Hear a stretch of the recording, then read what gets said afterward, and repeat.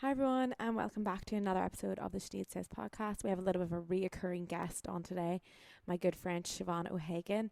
Siobhan is an online fitness coach. She has an amazing program called The Furnace. It's actually brand spanking new and ready for you to get on board, as she helps women achieve their fitness goals, including myself. I'm a good advocate for it. So without further ado, let's talk about the sponsor, which is BetterHelp. BetterHelp is an online counselling platform, and you can text, do Zoom calls. There's so many therapists on there for you to choose from, and you can get 10% off with my code. And that you can get that at www.betterhelp.com/Sinead. That is www.betterhelp.com/Sinead. So this week, just a quick intro about it. We're just going to talk about the books that have changed our lives and how they've impacted us. And it might spark you to begin reading a certain book or just reading in general. And we don't ruin any of the books for you or anything like that. It's basically just what we got from them. So it's not like a spoiler or anything. So yeah, enjoy.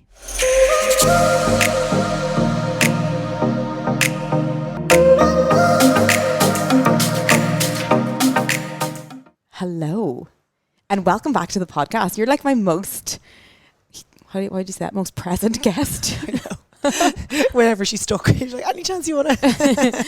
No, I think it's good to have like a regular appearance person. Oh, great. You're like Jack, but girl version. I am. Yeah. Better. No, I'm joking. Jack doesn't listen to my podcast. Okay, It doesn't matter. I'll take that. Great, so we can say what we want about him. Yes, exactly. But first of all, hello, Siobhan. Welcome back to the Sinead Says podcast. It has been a minute. I love being here now. I mean, the success of the podcast, I'm so proud of you. Even my mom was like, did you see Sinead is in the podcast charts? I'm like, yeah. I was like, she's killing it. Like, yes. Thank you to everyone who has put us in the podcast charts. We have been in the top Ireland Apple podcast for a long time now. Yeah. So thank you very much for all your subscribes and your little 5 stars, and for Siobhan's mum's recognition the other day. I think it's because I don't know if she doesn't follow you, but I think she was like, she just doesn't realise how successful you've been. Oh, thanks. I'm going red. But the last time you were on, we were fighting. No, we were talking about so basically we were talking about, so if you haven't listened to the last podcast, me and Siobhan are 2 different personality types, and we basically talked about our personality types and how we function with each other. So we thought it would help other people in relationships, because I'm like all over the place, no timekeeping, like blah blah blah, like very like wacky and kind of, go with the flow. To the point I was surprised where you were like, I'll be back in 10 minutes exactly. I was like, what? I was like, yeah, are you okay? Even like this, the way I'm more anal at my morning time. Like this morning, I just need to do my yoga. Can you? And then that's why this afternoon when you're like, okay, I'll be back in 10 minutes, and I was like, oh my god, that's not like you. But anyway, we had a full podcast on how we recognize and acknowledge each other's personality types, and yeah, we're like, we deal with it. We probably would help people with their marriage and that, because we're like a married couple. Yeah. So that was the last podcast, and now we're here to talk about, I thought, a whole podcast on books. I have no podcast on books, although I talk about them all the time. Yeah. So I thought it would be a nice conversation for us to have in terms of just the books. We love books. We love books. And the books that changed our lives, and like our interpretation of them might help other people with their interpretations of them, and it might encourage people to read books. It's the goal. Yes. So I'm going to start with me. Okay. That's a wee bit selfish, but I'm just going to say something. It's your podcast. Okay. So I think it was my second book, but I even remember so basically Siobhan, I was fangirl for Siobhan, we've established this. So Siobhan had on her story, and I remember it was in your home house, because you were just about to go somewhere, or maybe anyway, it was in front of it's so weird, that's my photographic memory, I don't know. So you had a picture of this book here, Awaken the Giant Within, and you were in front of the stairs, so you must have just like were going out the door, and you like took a picture, and you were like just chatting about books, and you took a picture of this book, and you flicked through it like this. You wrote in this book saying, everything that I have written in this book to achieve my goals, I have achieved. And it's crazy looking back at it. And I was like, I'm going to get that book. So I got this book. First of all, it's very scary. It's like 500 pages of really small writing. I was like, I don't remember it being scary. No, it's really scary. It's intimidating. So it's a self-help book, but basically it's literally just like transforming your whole brain in one book, from my opinion. It was my first ever as well. So yeah, it was like, same. I'd love to revisit it now, having read a lot more, and see, like, see if I still get. Look, I'd love to do it and set new goals. Like, I'd love to go back and look at that, because he tells you to. I think, doesn't use a lot of NLP and stuff, like a lot of visualization and stuff, and how you feel, and he basically has you write stuff down, and it's so old because I remember it's before phones and stuff. Like, he's talks about putting your goals where you can see them, and he says to put it like where you're brushing your teeth, like just a symbol even. So I made 4 emojis for my goals, like the 100 symbol, and I won't even tell you what they 100 symbol, and travel, like a sunglass face. I had 4 emojis and I put them on the wallpaper of my phone. Oh. And I don't know, you kind of forget about your wallpaper because you see it so much, and then one day, I don't know how I thought about it, I looked at them, I was like, I got all those things. And I was like, shit, I didn't think that was possible. It's actually insane. By the way, I don't even know if I just said the word, what it's called there. So it's called Awaken the Giant Within. You always hear me talk about this, but obviously this was one of the first like breakthrough books for me. And it's so funny because Jack picked it up the other day, and I was like, oh my God, first of all, do not pick up my book. Like, no, especially with all the writing. And I like, know, a lot of I was going through, like, you got any books I could borrow? No. Never asked. Send you directions to the Perry Plus shop. And I will pay for the book, but you're not having my one. No, same. I send people books as well on my Instagram. Like, if anyone's chatting to me, I'm like, okay, let me send you books. But so in this book, it's so funny because like you do write in the book, he gives you space to write, and like, and it's always tempting not to. Like when you read things, that you're always like, oh no, just I have no pen, and I'm so glad I wrote down those things. Yeah, some of mine is like, this is like 3 or 4 years ago, and I'm like, and you have to write down your goals in terms of how long it's going to take you. Yeah, it was like 5-year goals, 10-year goals, and like I remember then it break it down to a year, and I was like, oh, that's not possible. Yes, and I remember writing everything going as if, like little small goals, like how much money I get paid per post, and I've like doubled that, and in terms of and the rest, and the rest of stuff, and like one of the first goals was to work for myself, and I remember writing that down. I remember how I felt being like as if, but like when you write it down, and then you write all these stuff down, and then you change your brain with the whole book, and then like obviously there's this whole, and then we'll probably get on at some stage get onto manifesting, but. Like it is, you make subconscious decisions when you have a goal in mind. Like otherwise, you're kind of just going on a path. But if you have an end goal, you might start, even without realizing, making decisions with that in mind. Like especially, I always say that, like I'm very numbers focused, and I'm like, if I didn't have a number to aim for, like even something like aiming for a amount of steps every day, like I would walk a lot, but like if I would definitely do more if I had a goal. I'd definitely decide to park a little bit further, just because I have that goal in my head. Like, and it might not even be a subconscious choice, but it's because you have a goal in mind, then you make these choices either consciously or subconsciously. Yeah.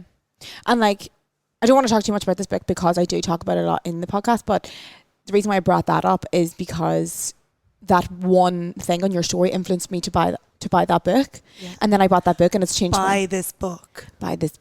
As in like that little trigger that you said, like triggered me to go and buy the book. That's and then you never know what's. And I didn't read it for like a year. It took me a year to read that book because it was one of my first books. So I had no habit of reading. I just read. And you were still going through it when I met you. Yeah. When you stalked me. Yes. So that little trigger is so important in how much you can influence someone. So say if you're actually reading a book yourself, someone's reading this, tell someone something about it. So this is the reason why for this podcast, so that like maybe something will trigger you to buy a certain book, and then that certain book will initially change your life.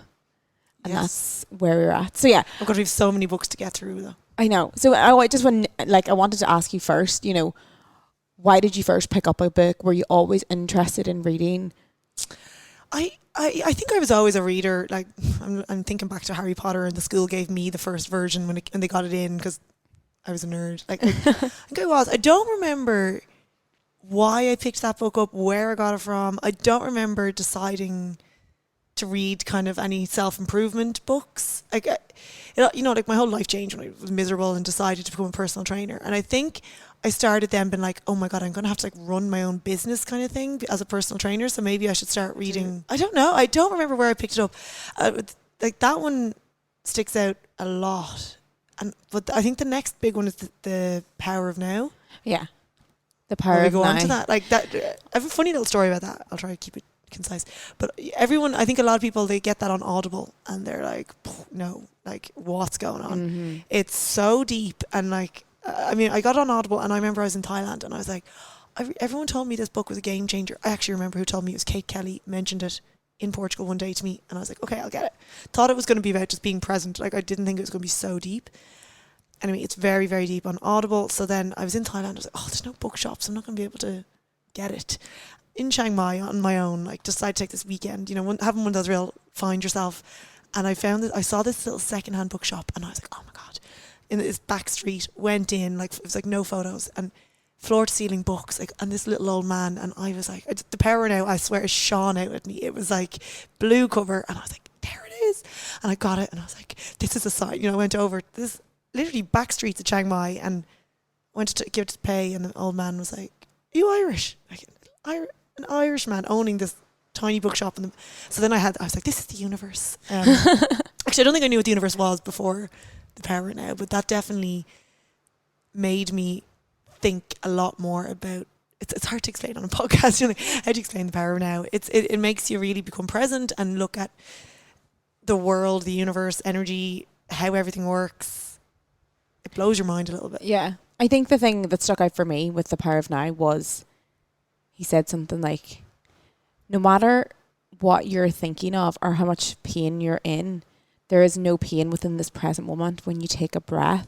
There is only pain when you think of the past and you dwell on the future. Yeah. Like, sorry, it sounds like you're reading that straight out. You have a great memory.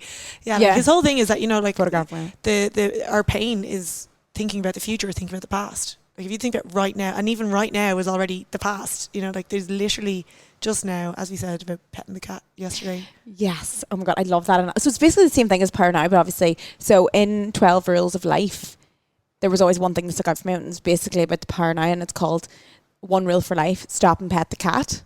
So it's about this person that was going through like a really hard, traumatic, I don't know, something to do with their family or like maybe someone had passed or whatever. And this, like, it was a ginger cat. It was a ginger cat. You're my ginger cat. Please don't get me. Get to chew my foot. No, get the foot away from me. Sorry, I said foot there in case. Get the foot away. I'm afraid of feet. She's afraid of my feet. Okay. See them. So there's this moment where this person's like going through this really, really traumatic time, and like something's just like, I think it was something really bad, and this ginger cat comes along and like starts purring around her legs, or him, I can't really remember, but she stops and pets the cat, and she's just like, in that moment she thought about nothing else but petting that cat, and that moment of petting the cat gave her so much hope, because if she can be present in that moment, then, you know, she can move forward and through this hard time, because you have that one it's all, yeah, moment. That's the whole thing about the power now. It's like, just take life one moment at a time. You know, like, I think that we were talking about this yesterday, how like, what did we used to think, like, how did we handle our thoughts before we became, I don't know, what would you call it? Enlightened. Woke. But, you know, just becoming aware that this voice in your head isn't you. You know, you are not your thoughts. But I must have gone through most of my 20s just like on autopilot, like not ever slowing down and thinking like, what am I doing in my life, or what makes me happy, or, you know, I was probably stressing about money and things and like already spending it without even thinking like, okay, well maybe right now don't spend your money, you know, like I was just going through, I don't know how I functioned, but I think I was just drinking. Yeah, same. I was just like, drinking and having fun. Why and like, don't I have any money? I was in Coppers every weekend. I was led by my emotions, like led by impulsive behavior. Like, I never stopped and thought like, maybe I don't want to drink every weekend. Like, maybe there's more to life. No, it's not even that. It's, why do you want to drink every weekend? Because I hated my job, but I didn't realise. I never stopped and slowed down and realised that. Yeah. And you're using it for your like validation. Like, I was using it as my validation. There's escapism, and then there's what I was doing, which was using the party girl identity. Oh yeah. Same. As a way to, so the party girl, so that made me feel good that I had this identity, and everyone's like, oh, there's fun, Sinead. Yeah, I used to be like, oh, I went shopping, ended up going for pints, lol. Yeah. And then I changed into the fitness girl, and it was no crack anymore. Yeah, and then you would put up all your photos on Facebook, and then everyone would be like, "Oh, you're so fun. You're out all the time, or you're doing this, or you're like." But I'm actually broken, miserable. Yeah. So that awareness, then, when you're like, "Why am I doing that every weekend?" or "Why?" That's when you're like, "Oh shit!" Introspective. Yeah, that's introspection. That's the It's word. one of my favorite words. Introspection. I always use it on here. I'm sorry, guys. It makes me sound really I smart. know when Sinead learns a new word. And following on from that, a new word. I have a new earth here. Okay, actually. Do you? Yes. Can I So borrow maybe it? I should like read something out. I don't know. It's so good. I think I actually would, if you were going to start with Eckhart Tolle, it's the same author. I would go with a new earth first. Me too. I think if the power now is very deep. If you're just like dipping your toes into reading, you won't get through the power. Okay. A new earth, right? This is what I would say for a new earth. Why you would read it? You would read a new earth because it's all about ego, and you actually find out what the ego is, and you also. I would say it improves relationships. Like, I think it makes you realize that the things that, the things that trigger you about other people, it makes you realize that, like, especially with labels, the whole thing around labels and ego, it's so good. Like, it made me realize that, like, I was getting offended over things that, like, I had no reason to, or I could see why people were getting annoyed at me about things. So it made even me so much more chill. It just makes you, consider, again, slow down and think about people, think about their identity, how it's shaped, their childhood, and I think it comes down to realizing that is anyone inherently bad? Obviously people can be shaped by their environment and everything to become and do bad things and evil things, but it's kind of looking at how they've become like that. Yeah, because they develop a pain body and compassion. Yeah, there's a lot about compassion, but I think, like, for me, the main thing in this was people's judgment. Realizing that it was my ego that was holding me back, and that I needed to push past judgment. And how do I push past judgment is actually finding what it is that I want. Like, I remember reading this when people were asking, like, I would get like little things out of this book, and I remember there was one bit about ego. So I tried to like put it into people's perspectives and make people understand. So I talked about it in terms of cheating. Oh yeah. Okay, right. So I remember there was a bit about when people say you're a mug.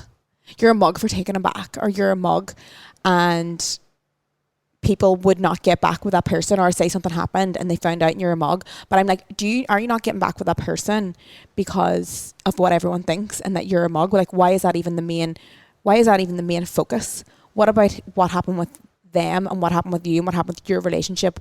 What happened there? And then it's all about how you look. And then I took that on terms of how you look at business. Yeah. And how you go forward, and you're like stopping yourself because everyone thinks you look stupid. And like, let's be real. And going for career ladders, people think they're so afraid to make this choice. Someone messaged me last night. She's like, she's like, I don't even enjoy my job. I'm thinking of going traveling for a couple of months. I just really don't, but if I'm in a good grad position out of college, don't want to lose it, what would you do? And I just wrote back and go, what do you think I would do? But it's that it kind of makes you step back and go, okay, hold on, it's my ego that I'm worried about. That like I'll look like a failure if I leave that job and try run my own business. It doesn't work.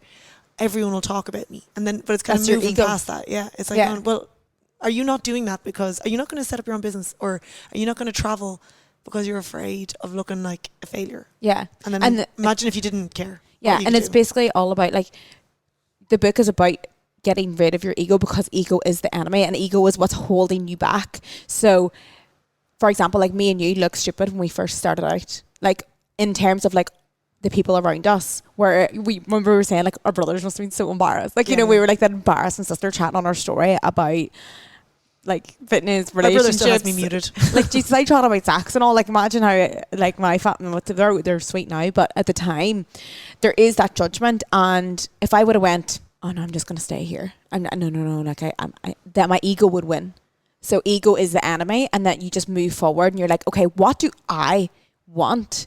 And when you question yourself and you're like, I love giving people advice online, I love doing lives on Instagram, I love that feeling of helping someone and growing, and it's amazing. So then you just get rid of your ego. You never get rid of it. Like, I think it's always there some way, but I think that's the book that definitely taught me. So if you're going for a business, or you want to, like, you have this like that girl in your DMs. If you have this niggling feeling, but like you're like, ah.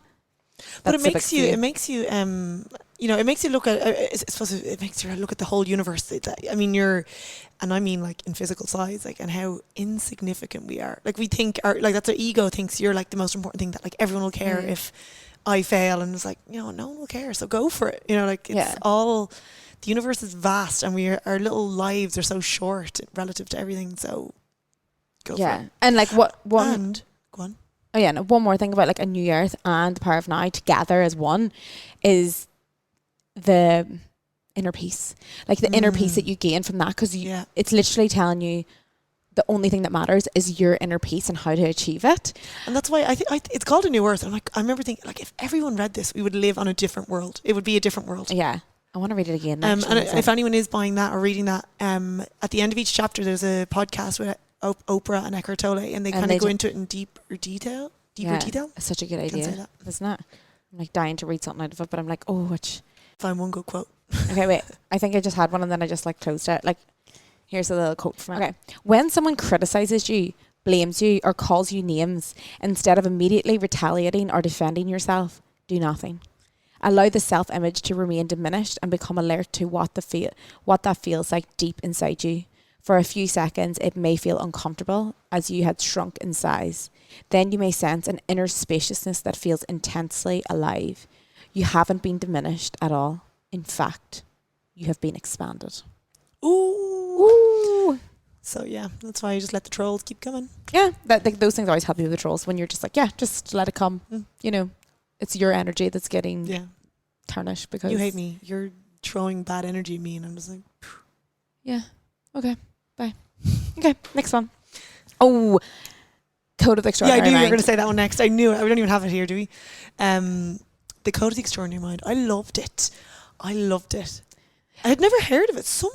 Who was it? Lucy Lord recommended to Ed, who recommended to me. And Ed, you're going to love this. Ed sent it to you, and he sent it to me, because he sent it to us. Yeah. We didn't know Ed at that time. We just did his podcast, and he sent it. I knew him. Oh, you'd met him, yeah. Such a good book. Yeah, so I would compare it to Awaken the Giant Within a little bit. I was just about to say but that. It's like the whole thing is about rules, the bullshit rules in life. Like all these rules that we don't even realize we're following. And the whole phrase of unfuckwithable. Oh, I wish I could remember what it is off the top of my head. It's being so at peace with yourself that no matter what happens, you can handle it. Like you're just, on the right path. That's not exact quote, but Vishen, what's the second name? Anyway, it's Vishen.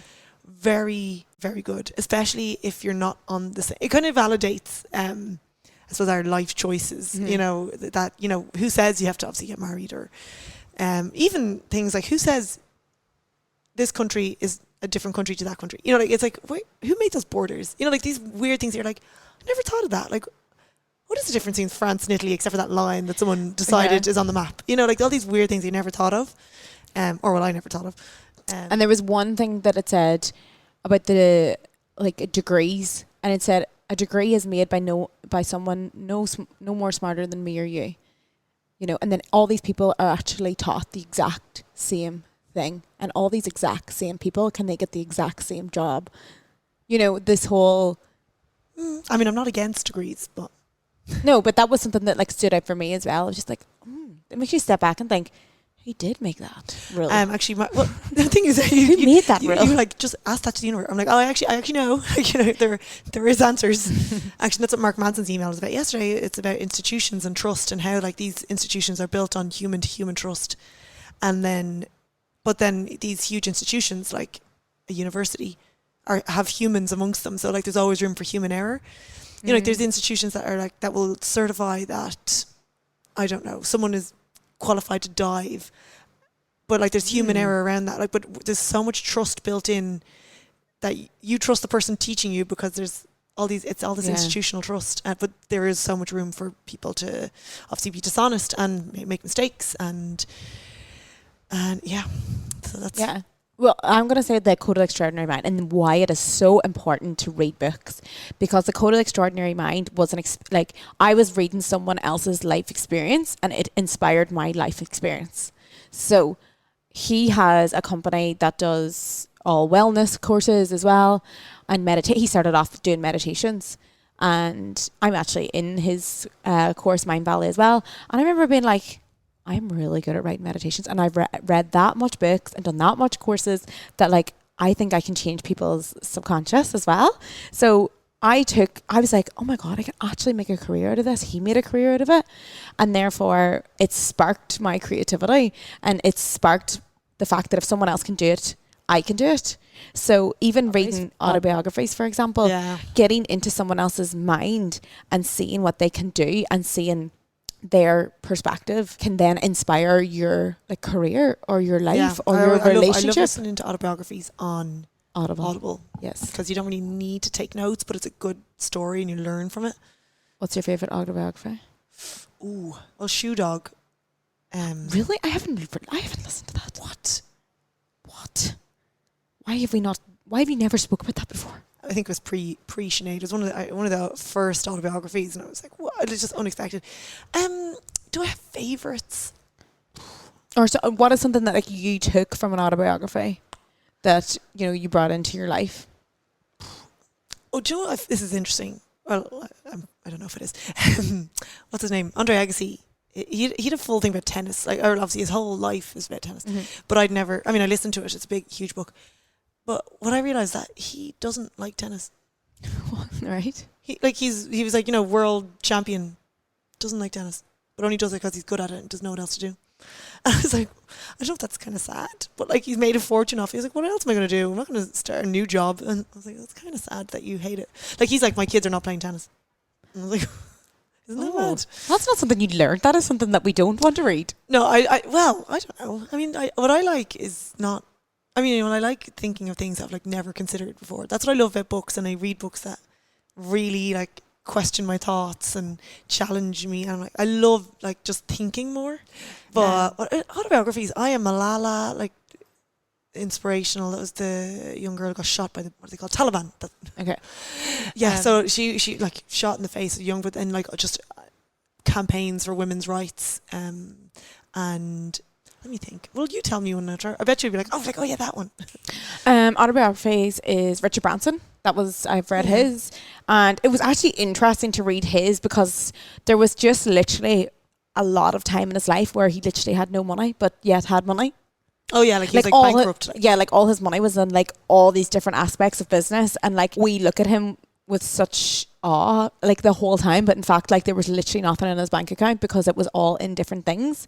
And it made me think all these people that have money and have this and blah blah blah, like it's not what it's all made out to be. And it's all about taking risks, and he just took risk after risk after risk. So I mean, what you're hearing in the media and stuff is really interesting about, and that's what I like about autobiographies that you get. I'm just looking on my Goodreads. Barack Obama, that was really interesting because I don't really know what about politics, the way, and like we get so, I found it really interesting that, obviously we talk about, hey, there should be more money in healthcare, or there should be more money in or you should be here, but there's so many things to consider, like nuances around, like if he is seen in one country, it's like a political nightmare, or if they do put more money into health, it means then the schools are going to suffer, and there's just so many huge decisions that like you just don't realize are going on. And like it kind of made me, it was around the time of like when decisions being made around the pandemic, and I'm like, you'd be like, why do they do that? That's stupid. And in my head, back of my head going, no, there's probably a lot of stuff going on that we all don't know about and we're complaining. So, it's not that I knew what was going on, but it made me kind of go have a little bit more compassion for politicians. I don't know if that's a good thing. It made me realise I would never do it myself. Yeah, fuck that. You won't see us running for president anytime soon. I don't think we do. You might. Some other... I'm looking through my Goodreads. There's so many books that have been like okay, and I'm like, they're not a waste of time, but a lot of them are very similar to each other. Like when I feel like when you've got the basics like Awaken the Giant Within, A New Earth, Baronet, a lot of them are kind of building on that. 101 essays. Oh yeah, 101 essays to change the way you think. It's just changes your vibration every single day, and that's another reason to read. Like if you read 10 pages every day of a nice inspirational, it's going to change your vibration. Like that stripped one, but yeah, and with 101 essays again, I'd say to read it either on Kindle or in, hardcore hard copy rather than listening, because Yeah. it's they're nice little thoughts. You want to kind of sit there with it. Like you don't want to read through it, I don't think. But also that book Stripped, I bought it for you somewhere. I can't It's remember here, why. yeah. Probably It's going through a breakup or something. I don't know. It's loads of like it's about like female empowerment kind of. I love this book. And yeah. you know, it's so nice. You just pick up a page, and it's such a nice gift for someone. Like again, you just order on Book Depository, you send it to someone's address. It's like it's a nice thoughtful thing. so it's called Stripped. It's literally just poetry, all about self-love. And you just pick it up. And you know the thing about poetry, especially for someone like me who like writes meditations, is that poetry can inspire you so much. You can read like one line and be like, oh my God, that impacted me. And then you can throw it all together with your meditations. It just shows that words can have like beauty. Yeah. And you have, when you're reading, even when you're reading anything like emails or poetry, then you can use that to inspire your own thoughts, you know, because the stuff we write about, say we're writing our daily emails, which by the way, if you haven't signed up to our daily email list, I'm back on it. I have a new email list, so if you were on mine. Yeah, like we send like motivational emails, and usually they come from our own thoughts, from like reading a quote and being like, oh my God, well, da-da-da. And then like, so basically all these thoughts come from things in books. Yeah, yeah. You know, they always say there's no such thing as an original thought. I think that's true. I need to get on to like I love Stoicism. Like I really want to read Seneca. Like so, you know, all Ryan Holiday's books. Yeah, like I'm reading Ego's the Enemy and The Daily Stoic and Stillness is Key. They're all basically around Stoicism. Stoicism can be a little bit unemotional sometimes, though. It's really like whatever happens to you, don't react. You know, you're like, damn it, trying to be stoic. Like that's, you know, you say being stoic. Actually, Ego is then. Am I right? This reminds me of Man Search for Me. Not only because I read them at the same time. So they kind of. Do you know when I read those? Because I remember so well. I was listening to those when I was doing 5Ks when me and you were in Dublin, living in Dublin. We were allowed to go out for. There was nobody on the streets. Yeah, yeah. Because obviously everything was in lockdown, but you could do your 5K exercise. So we could go. I think at one point it was 2K. Yeah, yeah. So we used to go like I remember. Yeah, we would go up to the cathedral. I think we had decided we were going to do 5K, and then there was only then it was like 2K limit. So it was like, oh, we can only do 4. And I remember then the first day we did like 1 that way, then 2 that way, and then 2 back. That's mad. Yeah, and I think I was like, I can't let anyone see me past the 2K mark. And I think I think I read that at an amazing time. So Man Search for Meaning is about like this man, and he's a psychologist, and he's in the Holocaust. Yeah, yeah, he's in the camps. Yeah, and he's obviously getting like tortured, and he has this search for meaning and hope, and this sort of like helped him go through. And obviously we were in the peak of lockdown. Like at this stage, I was thinking we were going to be living off the land. And like to be honest, like I feel like it was a bit of a novelty. The first lockdown, you know, people call it lockdown 1, where everyone's like, ooh, 5Ks and you know, house party, Zoom party, house party, the app, you know, and then you know, I think it was fun. Like I loved it.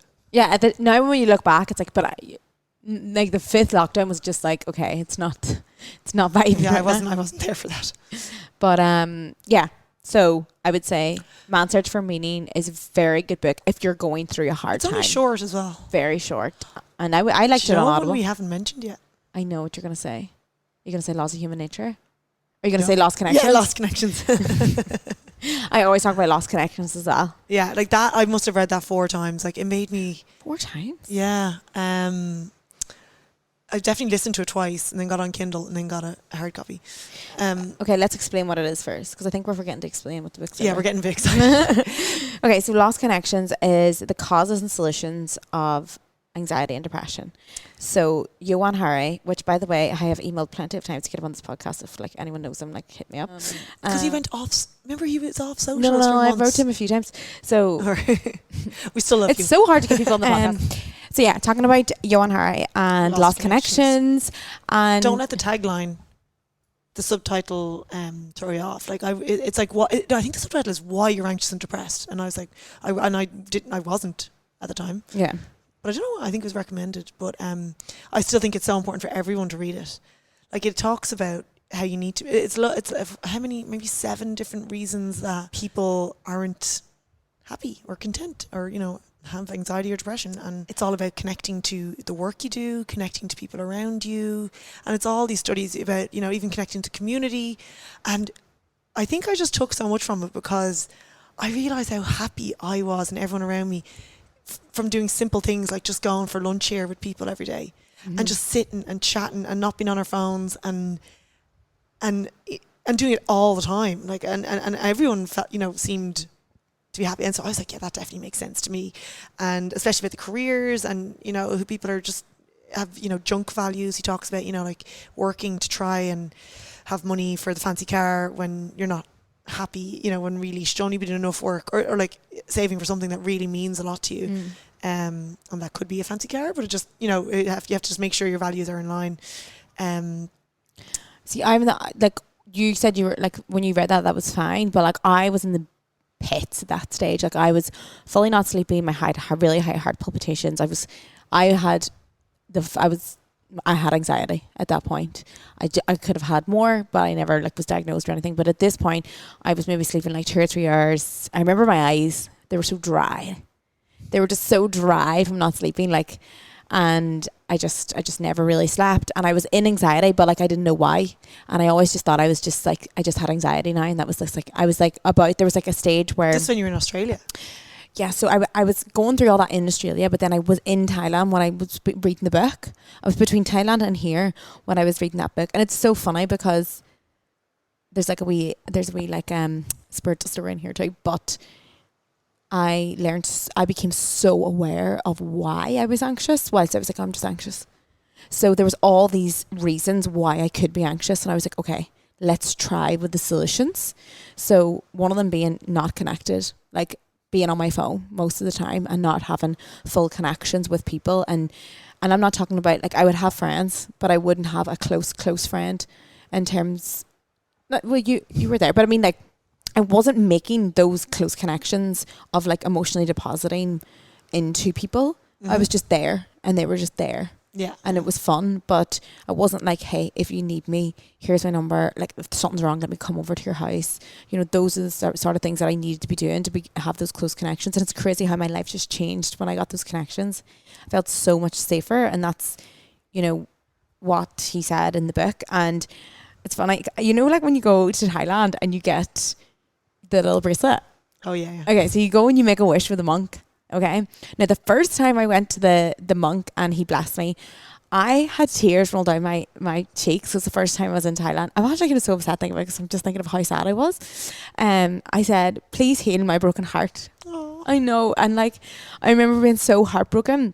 And I remembered that bracelet falling off me, or looking for it and not being on when I was on the farm. And I was on the farm and I was like reading.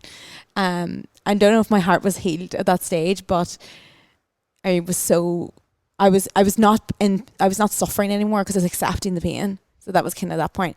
Now, the second time I went to the monk, I went and says, I was like in the pits of no sleeping, heart, like I had heart palpitations. I can't describe it, but it's not nice. And I haven't had it really since like this time, and then developing the meditation practice, and the sleep has obviously changed completely.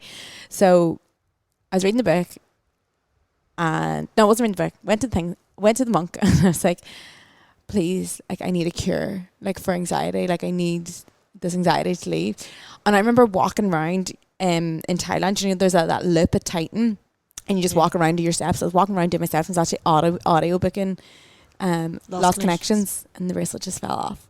It just fell off. It was so weird. It's like a little spiritual thing for me. But after that, it took me a while to get rid of like the sleep and anxiety. But like I knew then what I needed to do after that book. I had all the tools, and then I went forward, and then throughout the whole year and did all that stuff, and I just never ever felt like that again. I think it's one of the criticisms, and we won't even get into debate about it, but one of the criticisms of that book is that, you know, he completely dismisses medication. Yeah. And I think it should be I think the book should be read like in a way that you like in a kind of take it all on board. Don't be like I have to do this, the only thing that'll fix me. But like it's definitely, it brings awareness around things that you're like, oh God, maybe I should make more effort to meet people rather than I think right. I'm gonna actually comment on this because at the time I read it, I was like, yeah, medication is the devil. Like, I mean, I remember, so like you have to take that with a pinch of salt, because I do believe in medication for certain circumstances, especially when you're so far gone. Like your mind is infested with automatic negative thoughts, and you need some normalization it's to like get telling you. people to be healthier if they just, you know, ate healthier and did more exercise, which they will, but obviously sometimes you need medication as well. Yeah, and I feel like I'm so glad that like I moved on from that and was like, people do actually need medication when they're at certain things. But like I think what he was like trying to get at was at the very start, you know, if we knew all these tools, like if before my anxiety, right, I was going through low self-worth, no connection, just all these things, and I didn't know what tool to use, and I just kept going and going and going, not sleeping and drinking, and you know, I did like eating shite, binge eating, and all this stuff was just piling up to the point where I probably could have done with a bit of medication at that point in my life, because there was a time where it was just really, really, really dark, and I can understand when medication should come into it. But I think this even stems back to, I have a friend that she works in mental health, and she was working, you know, mental health people coming in, therapy, counselling, and she's like, I'm done. We have to go to the core. And she stopped, and she started doing meditation for children. She was like, we have to start here. We have to start here, because when they come here, they're so bad they need medication here. Why don't we start here? She's like, I can't be here anymore. I have to be at this other side, which I just thought like that was because it's about prevention. Yeah. So especially in this day and age when we've got iPads, and he said one thing that was like, I put in a quote, I think on my Instagram, and it was, what do you think heaven is? Heaven is like spending eternity with the people that you love. So why are we not putting our phones down and doing that? Ooh, mic drop. Yeah. So I loved that, and it made me fucking wise up. Yeah. I mean, reflecting on mortality is a great way to live your life. Ooh. Brings me to another book. Do you know which one? Laws of Human Nature. Pretty sure we did a topless photo shoot with these books. This book, now this is a scary book. No, this is not. No, in terms of size. Okay, this is a scary book. It's 700 pages, but it's 700 pages of pure gold. No. You gave me a tip when I was reading it. No. Skip the stories. Skip the interpretations, but sometimes the interpretations are good. Oh yeah, so basically... No, not the interpretations. Yeah, sorry. In each chapter, they tell a story. Okay, first of all, what's it about? It's about the laws of human nature. Yeah, okay. So basically it's for me, for anything, any course that I've ever done or anything to do with psychology, I feel like this book nails it on the head.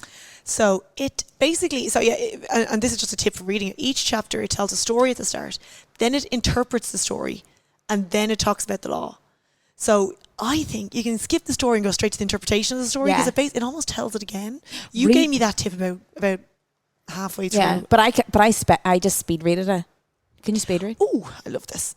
If you have any natural gifts, I only read the first sentence. I hope it's a good quote. If you have any natural gifts that elevate you above others, you must be aware of the dangers and avoid flaunting such talents. Instead, you want to strategically reveal some flaws to blunt people's envy and mask your natural superiority. If you are gifted in the sciences, make it clear to others how you wish you had more social skills. Show your intellectual clumsiness at subjects outside your expertise. And saying that is one of the reasons I didn't really like the book. It's quite manipulative. So basically, they're saying that's a pretty shitty thing to write out now. I know, all the things. It just shows. Sorry, the first sentence sounded good, and I just went with it. It's, okay, this one looks good. I'm going to read it. Okay. With relationships, we can spend our life searching for the perfect man or woman and end up largely alone. There is nobody perfect. Instead, it is better to come to terms with the flaws of the other person and accept them, or even find some charm in their weaknesses. Calming down our covetous desires, we can then learn the arts of compromise and how to make a relationship work, which never comes easily or naturally.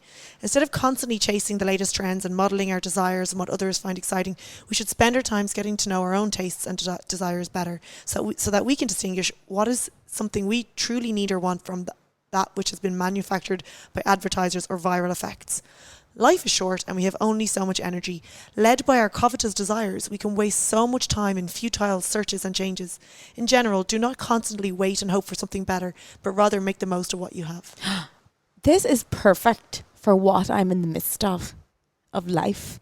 I'm doing a relationships course. It's like about improving your relationships. I was like, I thought your relationship was okay. You meant the course. Okay. I thought your relationship was great. My relationship is great, but in terms, I work on it as well with doing stuff like this. You do actively work. Because I would have relationship anxiety due to my avoidance, due to just, you know, you have heard about that before, but I feel like I sometimes spend my mornings on like gratitude for my partner, and you can sit there and be like, well, he doesn't have that and he doesn't have this, and what if he did this? And I'm just like, what about all the things that he does, and what about all the things that fit? That changes your attitude, which then makes him grateful for you.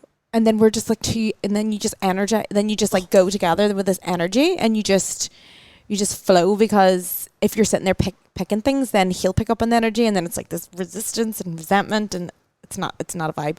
But if you actually work on it, and because you can't expect someone else to fulfill all your needs. Yeah, and that's like, basically what it's saying. This book just helps you understand why people do things.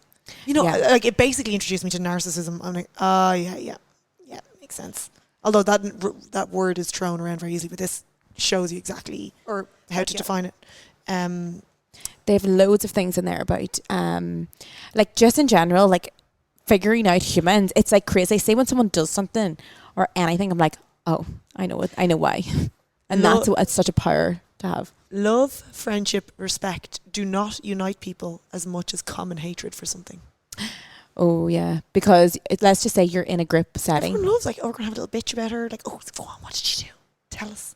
Yeah. Like I swear I had relationships in my old job that was like, if we were all happy and everyone around us was happy, we wouldn't be friends. Like we just would go for wine and give out about everything. Yeah, a common like that's what I mean. People can create those bonds through common hatred and stuff. There's a lot in that book as well about envy, about what it can do, and how sometimes envious people are like the people closest to you, and they do these like subconscious things. Oh, the deadline one. Can I talk about that one? Yeah. Okay, I'm not going to read it. Wait, should I read this one out? This actually really, this is ingrained to me, and also it's highlighted with like exclamation marks. So obviously it means something to me. And this is like an example of what we're doing right now. So me and Siobhan are basically in a work house. So we decided to go away for the week and get loads of work done. And I give myself a deadline for writing my course. Do I need to give myself a deadline? No, I'm my own boss. But the importance of a deadline. Oh yeah. And this book talks about the importance of a deadline, and especially because if it's just something you sort of want to do, but you don't really need a time to put a deadline on it. Like, it reminds me of Brave Retreats. It was the first business venture that I ever did. I made a poster. I was like, I need to just make a deadline and put a date on it. Put the poster up, put the date on it, put it up. Did I have anything organised? No. But the deadline... At the same time with my O Fitness Factory, the very first one, just had a logo. Yeah. The like, pre-sale, sold it. Then I was like, right, now I need to make it. That's exactly why it's important. Right, okay, I'll read out the quote. You want to use and embrace any kind of deadline. If you give yourself a year to finish a project or start up a business, you will generally take a year or more. If you give yourself 3 months, you'll finish it that much sooner, and the concentrated energy with which you work will raise your skill level and make the end result that much better. If necessary, manufacture reasonably tight deadlines to intensify your sense of purpose. I think that's Parkinson's law, really. Isn't that Parkinson? It's one of those laws that, you know, whatever amount of time you give, it'll expand into it. Oh, 100%. You know, if we were here for 2 weeks, we would probably do the same amount of work than we did in 2 days. Yeah, and I am that person that is like, I understand my personality is the person that works on a deadline. Like, I can't do a little bit here, a little bit there. You're the kind of person who works just past the deadline. Yeah, it's just like, you know, I have a podcast to be put out tomorrow when I'm here doing it. You know, that's how it works for me. But that's how I know I operate. That would panic me. Yeah, and that would panic you, and that's you understanding who you are and me understanding who I am, and also everyone in my work team knows that about me, so they're prepared. Yeah. They're like double teamed on the day before. And that's the success of life. Like, this is like understanding the people around you, not letting people's actions affect you. Or like, you know, it's almost like a new earth, you know, like just kind of finding understanding in why people do things. And that's what I'm saying, that book can be a bit manipulative though. Like it shows you like how to find, you know, when people say someone is narcissistic, like it literally shows you exactly how to deal with them and how to almost manipulate them back. And yeah, I know, but that's still also, would recommend. but it's also really quite good for marketing and like how to be. But then it also has this whole section on being authentic and how important it is. So yeah, no, it is. It's a great book. There's a lot in it. Yeah, it's fantastic book, and if you want to learn about humans and everything about them, and also it really helps you with negativity coming your way, because you can understand why someone is doing something to you. Yes, that's what I mean. It just gives you yourself peace of mind. So basically it's about the embrace death. I'm going to say this one quote, right, because it really helped me with everything, and about embracing death. Maybe I said this on a podcast before. I don't care. I'm going to say it again, so you better listen. So it's about when you have what you said before about having death so close to you. Yeah. It's like when we know death is coming, we should be like, what are we doing? Yeah. We should be living our fullest. And this is a little story. This always sticks with me. And it's about this guy who was about to get executed. And this is like back in the olden times. And he was about to get executed. And literally minutes before he got executed, somebody ran in and was like, you've got the wrong person, basically. Right. And this is what he said. It's called Fyodor. When I look back at the past and think of all the times I squandered in error and idleness, lacking the knowledge needed to live, when I think of how often I sinned against my heart and my soul, then my heart bleeds. Life is a gift. Life is happiness. Every minute could have been an eternity of happiness. If the youth only knew. Now my life will change. Now I will be reborn. Dear brother, I swear that I shall not lose hope. I will keep my soul pure and my heart open. I will be reborn for the better. Oh, wow. I love it. I was going to get that tattooed on me, you know. Well, do you ever see that video where someone runs up to Gary Vee and they're like, say something motivational, like on the phone. He just goes, you're going to die. She's like, what? And he's like, you're going to die. And he's like, yeah, do something about it. Like, people are going on and living, like they are, so many people are living and working and saving for the future that's not guaranteed. And I always say, you know, it's a bit wild, like, okay, pretend it's your last day on earth, you know, obviously then you're going to be reckless. But I always kind of think, like, find your values and live according to that, like, which could be that, you know, you want that security of a home, and you're like, and then you're saving for your mortgage because you want that, and it's true to you. But if it's not true to you, why are you doing it? You know, like, if people are saving for that mortgage when deep down they don't want to, you know, like deep down they want to be living their life in a different way, then do it. Like, you can always, I think it's easier for me to say it. Like, it's not even that. Instead of talking about murder, you could talk about like somebody who's a good singer. Like, why are you not singing? Like, if it actually makes you happy. Our friends, we go watch them sing. It's not like we're expecting them to be on Top of the Pops. Oh God, Top of the Pops, so old. Showing your age. But you know, like, it actually brings them joy to sing. It brings me joy to, you know, pole dance at this moment in my life, or write meditations and pole dance is such a random comment. But you know, like, those things I really enjoy doing, and I also love like standing on stage, even though it's scary, and I love doing stuff like that. And I could not do that. I think to throw another cliche in, life is what happens outside your comfort zone. Very true. And I've learned that. And the thing is, the more you do, the more you push outside your comfort zone, the more you learn, the more you do it. It's like the more things I've done. Like, I remember the first time I went on a solo holiday, it was like, what a weirdo. Like, I'm such a weirdo. Don't tell anyone. And then now it's like, obviously the best thing I did. Then I did another one. Like, now, like, literally ended up in Thailand on my own. And I was like, God, I wouldn't have done this if I hadn't, like, taken that first step and pushed out a little bit and realised, ooh, being a weirdo isn't that bad. And like, maybe if I don't care what people think. Yeah, and I think that's really important for, first of all, getting used to rejection so you can push forward and do more things. I always tell people, just do one little thing today that you're kind of scared of, and then once you realize that your brain makes it worse than it is, so you're like, oh my God, this is going to be the hardest thing ever if I go on. Even something like speaking on your Instagram story is like, now at the time we knew we got in quite early, we're quite fine, even though we did. It was actually Gary Vee said it to me.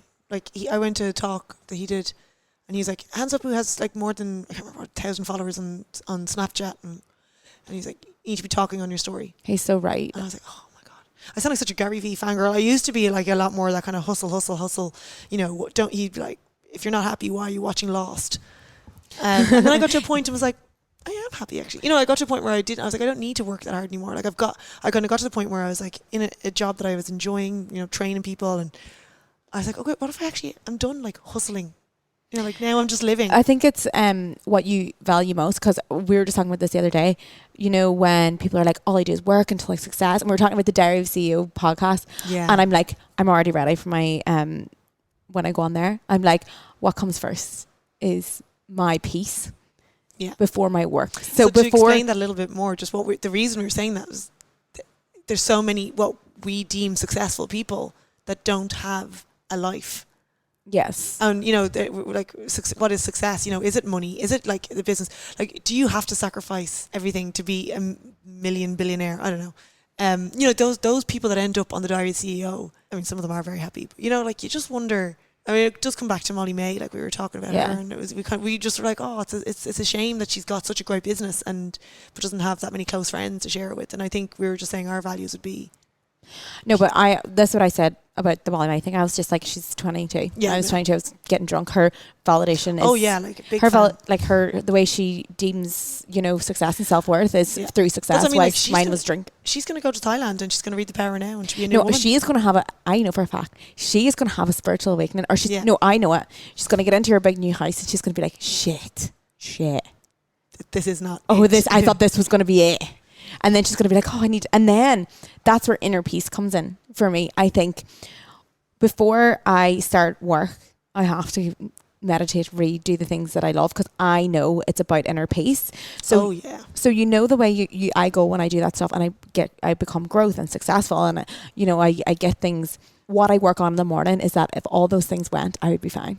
Yeah. I mean, being in this place, I've always said, if it all goes to shit, I just want to be near the ocean with a book. Yes, and we always say that. And like, you know, you're here and you're like, even like, you know, we have materialistic things, but it's only when you spend some time just sitting, going from the beach, we're not even putting on shoes, and you're like, God, you know, you don't need much, or I don't need much to be happy, and like, that's my value. So that kind of gives me peace, and like, then that also gives you freedom to take risks.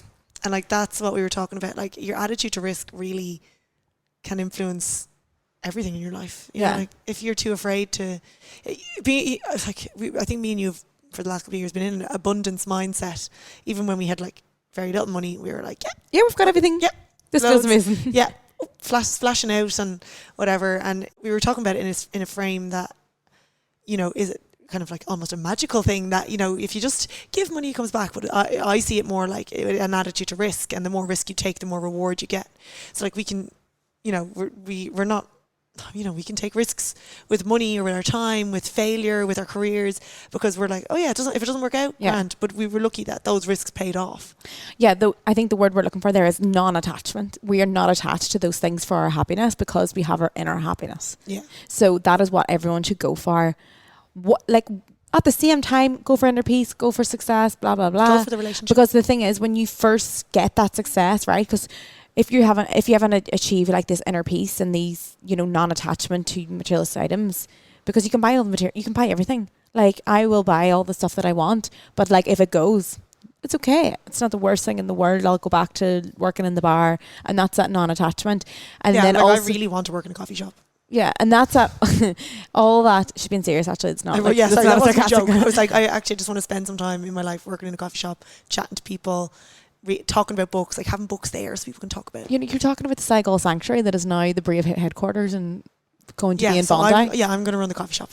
Yeah, but there's a coffee shop and a froyo machine. Oh yeah, I'm not into froyo. Yeah, so my side will be the froyo, your side will be the coffee. I'm going to open a coffee shop in Portugal. And then there's going to be, well, you can have yours and then I'll have mine. Mine's just like women's centre, where women come and we have froyo and we have coffee, and then we meditate in the morning, and we go to, and then we have yoga, and then we have a workshop, and then we have a book club.